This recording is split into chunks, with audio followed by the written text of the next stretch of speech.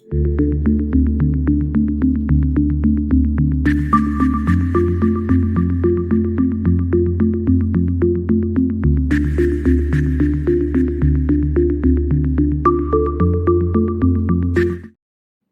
afternoon and welcome to BizTech's Asian Midday Market Watch. Today is the 20th of March and we've got Tina Teng, Markets Analyst at CMC Markets, as our guest today, coming out for you from Auckland, New Zealand. Now, Tina, welcome to the show. Hi, Brian. Now, Tina, we've had an exciting and interesting weekend in markets, but before we get into that, let's take a look at how APAC markets have performed across the region. We start with the SGX, and that is down 1.06%.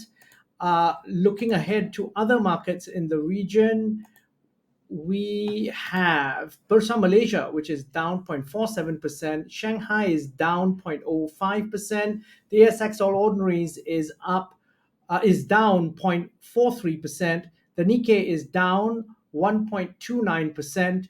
The Hang Seng is down 2.8%.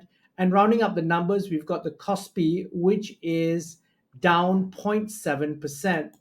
Now, Tina, what's your view on market performance in the first half of the day? I think for the Asian markets, it's all about sentiment right now. So the recent weeks, it's a banking route from US and the EU, like SVB and Credit Suisse. All the banking crisis just spread out globally.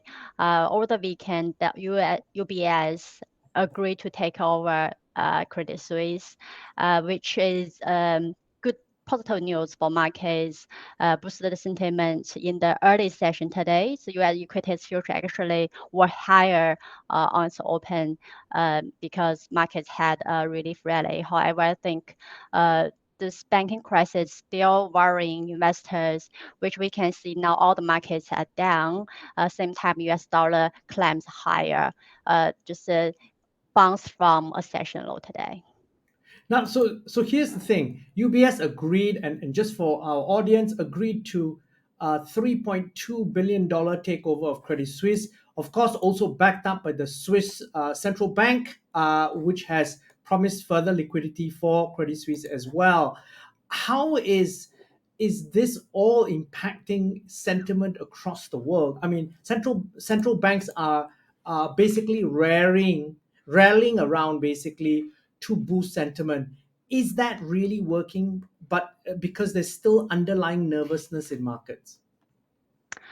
I think at the moment there are still how to say. So it's risky time for the bank and the economy, for the whole financial markets, because this risk is about to spread, and central banks now are making efforts, taking measures to stop people to be panic and just control this risk to be a wider risk for the global markets. But I think right now we are still seeing huge uncertainty around the whole financial markets. I think that's why sentiment now is not stable. So they could solve the problem just temporarily. However, there's economic issues still there, like high inflation. So this week there will be 3 central banks decisions, especially the FOMC meeting. We'll see how the Fed will say. If they would pivot so soon, that means there's a big problem for the markets. I think that's what's happening right now. And also one of the key things that's happening is there is a flight to safety, but not in a way that we traditionally thought, because traditionally the flight to safety would be to assets like gold. But we also now have a flight to safety where people are investing more in techs and also in cryptocurrencies. So we had Bitcoin, for example, now is trading at 27,417. It's past, in fact, at some point the 28,000 mark. 2 weeks ago, it was less than 20,000. It was probably at around 18,000. So, Tina, your view on this and the flight towards these alternative assets?